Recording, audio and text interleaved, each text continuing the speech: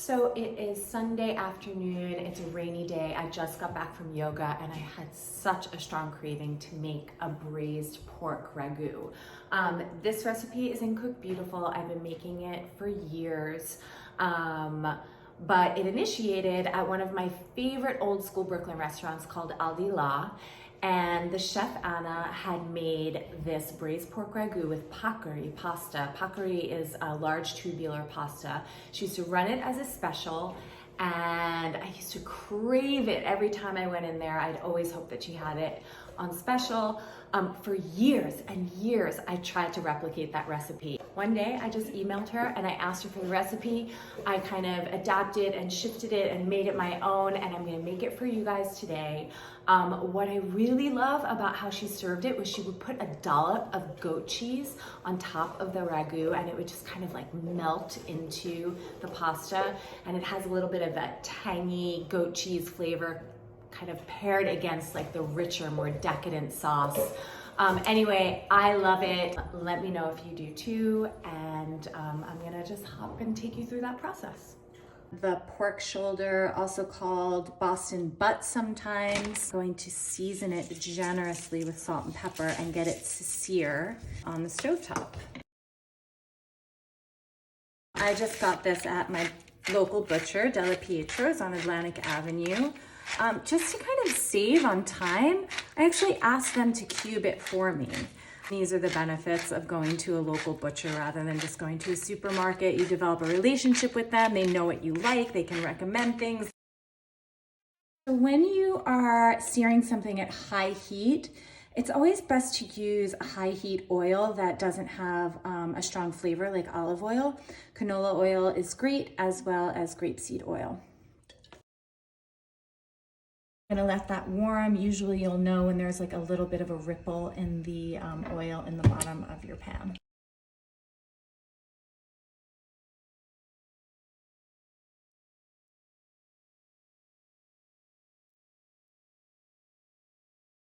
All right, I have fresh sage and fresh rosemary. I'm throwing that into the pan.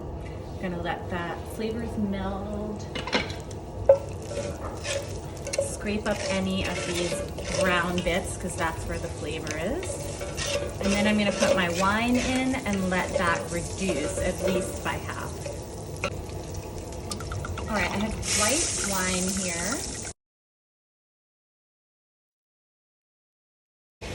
All right, the red wine has reduced by half. What I'm gonna do now is put the pork back into the pan. I'm going to add the chicken broth.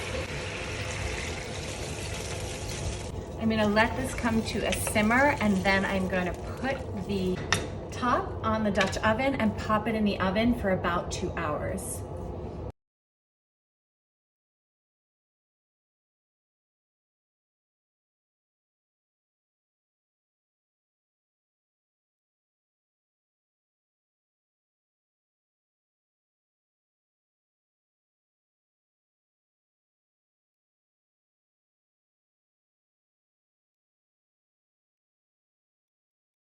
I'm going to take you through how to properly and efficiently chop an onion.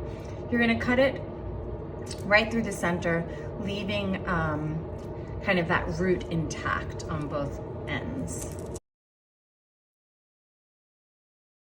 So now I'm going to cut vertical slices, making sure not to go too far because I want that root to stay intact and hold the onion together. But I'm gonna make as many vertical slices as I can. From here, I'm gonna give a little bit of a claw and I'm gonna slice 2 horizontal slices through the onion. So you'll see it's like still connected from the root, but you have all these slices. Hold it all together with a claw. And I'm just gonna run my knife in forward sweeping motions through, and then they're automatically in this perfect dice. And holding it together in a claw, you're gonna keep your fingernails tucked in And the ideal thing that you learn in culinary school is when you have your fingers in that claw, the knife rests on kind of these tips of your finger. I'm pretty good with my knife, but I'm not always so great with the claw, to be perfectly honest.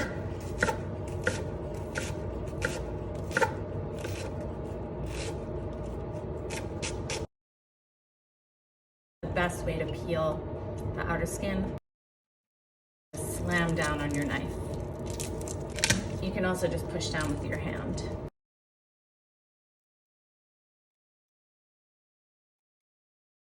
Now with the garlic, you could just give it a rough chop. It does not need to be finely minced.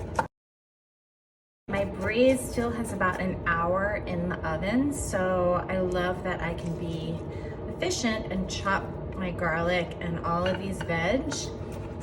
And I'll probably measure out all of my other ingredients, so when that comes out of the oven, I can just put it all together and finish up the ragu.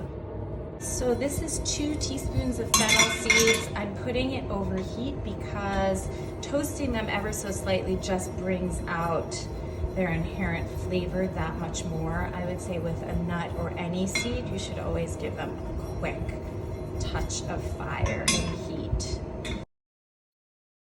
And give them a crush.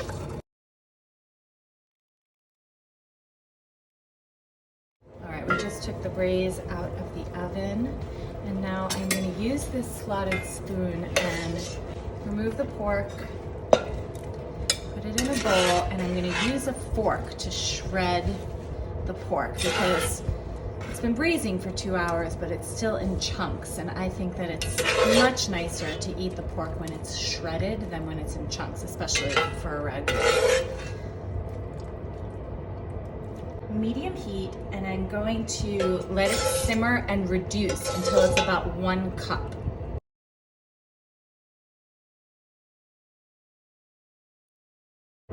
I'm going to take this reserved liquid, I'm going to pour it into a bowl, and then I'm going to cook my vegetables in butter. 4 tablespoons of butter. Into that, I'm going to do our crushed fennel seeds.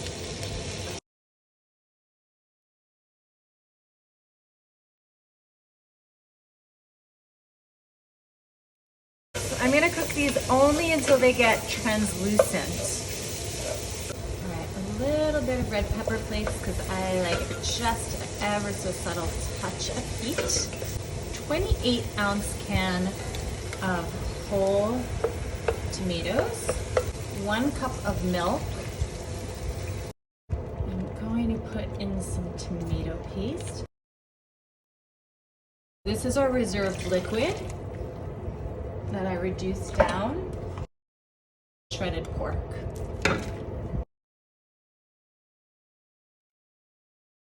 Goat cheese here mixed with some water.